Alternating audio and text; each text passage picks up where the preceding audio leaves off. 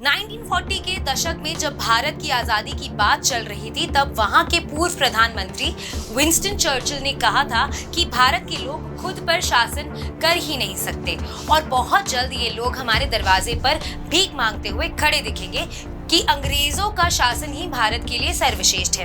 लेकिन उस वक्त चर्चिल ये नहीं जानते थे कि जो सभ्यता हजारों साल की अपनी विरासत को संभालते हुए अंग्रेजों से आजादी मांग रही थी, उसने ना जाने कितने अच्छे बुरे समय देखे, लेकिन कभी किसी के आगे हाथ नहीं फैलाया था। वो इस सभ्यता के एक कोर प्रिंसिपल को नहीं देख पाए। वो ये नहीं समझ पाए कि इस सभ्यता ने हमेशा समय के अनुसार अपने आप में जरूरी बदलाव किए हैं और इसलिए आज ये सभ्यता और ये देश दुनिया के अग्रणी राष्ट्रों में से एक है। वो कहते हैं ना, सदियों रहा है दुश्मन दौर, ए जहां हमारा, कुछ तो बात है कि हस्ती मिटती नहीं हमारी।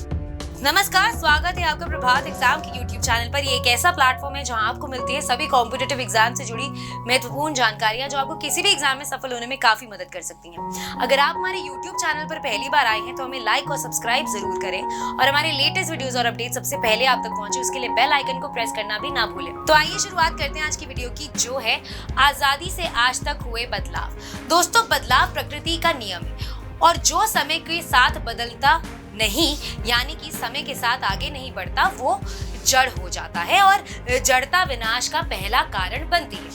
26 जनवरी 1950 को जब यूपीएससी का गठन हुआ, तब से लेकर आज तक इसने समय की मांग को देखते हुए अपने आप में कई बदलाव किए और यही कारण है कि आजादी के 75 वर्षों के बाद भी यूपीएससी का क्रेज युवाओं में कम नहीं हुआ है। उदाहरण के लिए, आजादी के बाद ये परीक्षा सिर्फ इंग्लिश में होती थी, लेकिन धीरे धीरे यह महसूस हुआ कि यदि हम इंग्लिश को पैमाना बनाकर सिविल सेवक नियुक्त करते रहेंगे तो कहीं ना कहीं उन लोगों के साथ अन्याय होगा जो अपनी मातृभाषा में ज्यादा सहज हैं, जो ग्रामीण परिदृश्य से आते हैं और सिर्फ इसीलिए उन्हें आईएएस बनने का मौका नहीं मिल पाता है।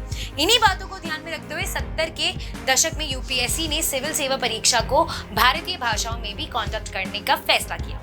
यहाँ ध्यान देने वाली ये बात ये है कि यूपीएससी ने इंग्लिश को खत्म नहीं किया, क्योंकि इंग्लिश अंतर्राष्ट्रीय स्तर पर कम्युनिकेट करने के लिए आवश्यक है और यूपीएससी ये नहीं चाहती थी कि हमारा देश अन्य देशों के साथ संपर्क ही स्थापित ना कर सके। अब दूसरा बदलाव देखिए। पहले इस परीक्षा में प्रारंभिक परीक्षा का कोई प्रावधान नहीं था, लेकिन 1979 से इसमें प्रारंभिक परीक्षा को भी सम्मिलित कर दिया गया।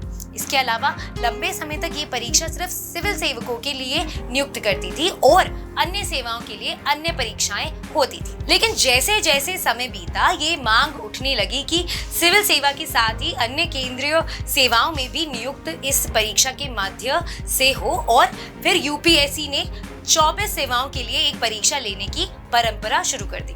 प्रारंभिक परीक्षा के इंट्रोडक्शन के बाद इसमें भी कई बदलाव हुए हैं। पहले इसमें एक पेपर जीएस का और एक पेपर ऑप्शनल सब्जेक्ट का होता था, लेकिन 2011 के बाद से इस चरण में ऑप्शनल को खत्म कर सीसैट को इंट्रोड्यूस किया गया।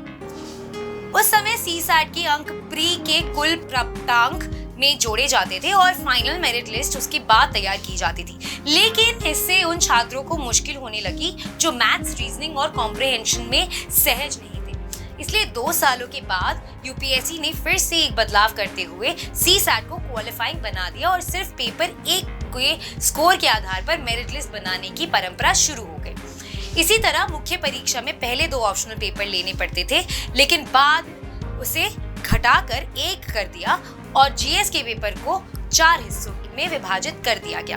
2010 से सिविल सेवा परीक्षाओं में कई बदलाव लाए गए हैं।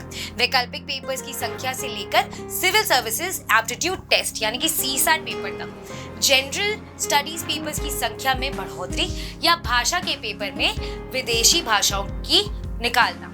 कई एक्सपर्ट्स ने कहा है कि इन बदलावों से देश की शीर्ष नौकरशाही की संरचना मूल रूप से बदल गई है, लेकिन ऐसा कोई आधिकारिक विश्लेषण नहीं है जो बताए कि इन बदलावों से नौकरशाही की सामाजिक रचना या व्यापक रूप से प्रशासन पर क्या असर पड़ा है। Lal Bahadur Shastri national academy of administration के आंकड़ों के अनुसार, जिन्हें एक आरटीआई आवेदन के जरिए शिक्षा संस्कृति उत्थान न्यास नाम की शिक्षा के क्षेत्र में काम कर रही RSS से संबंध एक इकाई ने निकाला है। 2013 से 2018 के बीच CSE में इंजीनियरों ने की भर्ती में करीब 61% का उछाल देखने को मिला। इस अवधि के दौरान दूसरी पृष्ठभूमियों से होने वाली भर्ती में इस तरह की वृद्धि नहीं देखी गई। अगर आपको हमारा ये वीडियो पसंद आया है तो इसे अपने दोस्तों के साथ जरूर शेयर करें, और अगर आपके पास हमारे लिए कोई भी सवाल है तो उसे कमेंट सेक्शन में लिखकर हमें जरूर बताएं। जल्दी आपसे फिर मुलाकात होगी एक नए टॉपिक पर, एक नए वीडियो के साथ। देखते रहिए प्रभात एग्जाम्स। नमस्कार।